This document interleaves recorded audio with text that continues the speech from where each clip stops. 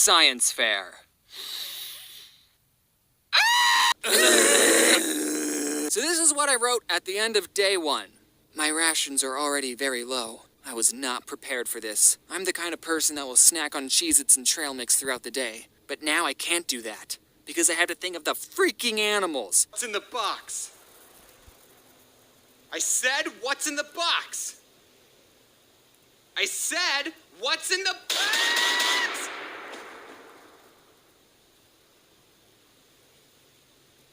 I can make a great boat out of this. Later in life, she was the first girl to ever slap me. Out of the 4 people we raced against, we came in 8th. I kinda wish something bad did happen, like the boat flipped over or a shark ate one of the kids. But did this teacher let the whole class down? No. You know what she did? Bless her soul. She said, all right, class, we're all gonna take turns throwing this against a curb. We got a rip. I don't know if you guys saw the first episode of The Walking Dead. It's actually the only episode I've ever seen. And there's a scene in the first episode where the zombies rip open a horse and eat its organs. Well, that was pretty much what it looked like after we got a rip in the piñata. My older brother bowled him like a bowling ball. PETA, don't sue me. I was vegan for a week. And Georgie thought it was a treat just for her. A treat with a hard outer shell and a juicy middle. She would go straight up rabid wolf on that hamster ball. We didn't put Squeaks inside his hamster ball anymore after that. Squeaks 2, that was the next one. We thought maybe if we introduced Squeaks 2 to Georgie, then they could be friends and get along. I'll spare you the details of what happened that night. But then 1 month after I got her, she just died, for no reason, even though I loved her. She had food, she had water. This wasn't the first time I was taking care of a hamster, okay? All the other ones lived for a couple of years. I was so sad.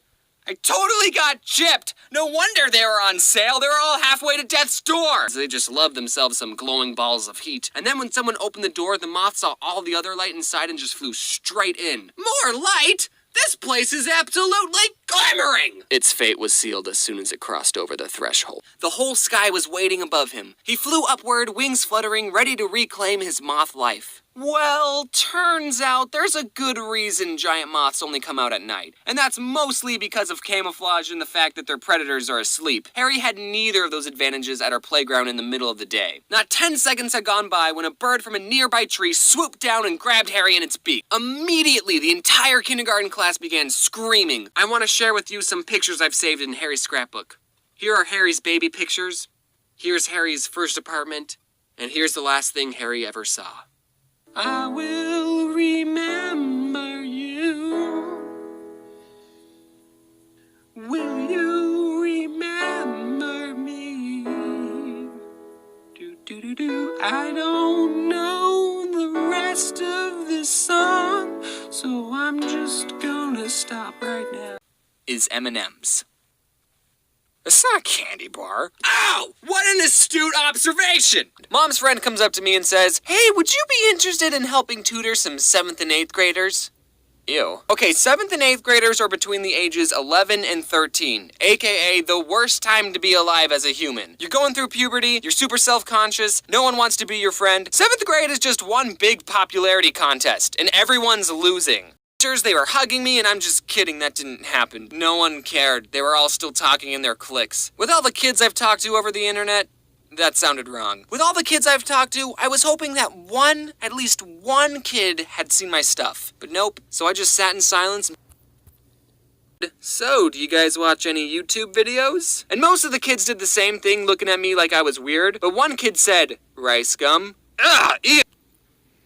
Hey kids, I have 1.8 million subs on YouTube! It was tacky to use my sub count to get validated by these children, but after I said that, everyone loved me. I think it's funny that each mascot gets progressively unhealthier, which is why my Weebelo mascot looks the way it does. Water balloons are stupid, because 90% of the time they don't even break on impact. You're just beating some poor kid to death with a bag of water. But just being the little punk kid that I was like, no, I don't want to go swimming. So they made me sit off to the side, and they said I couldn't swim. But then later I was like, I want to go swimming now. I just heard a scream and I saw a fish flopping around in a puddle on the floor. Fish look like they're in so much pain when they're out of water. I don't flail around uncontrollably when I go swimming, like calm down, fish. I'm silently panicking because the fish looks like he's going to die in 3 seconds if we don't do something. I start thinking of places we can put the fish.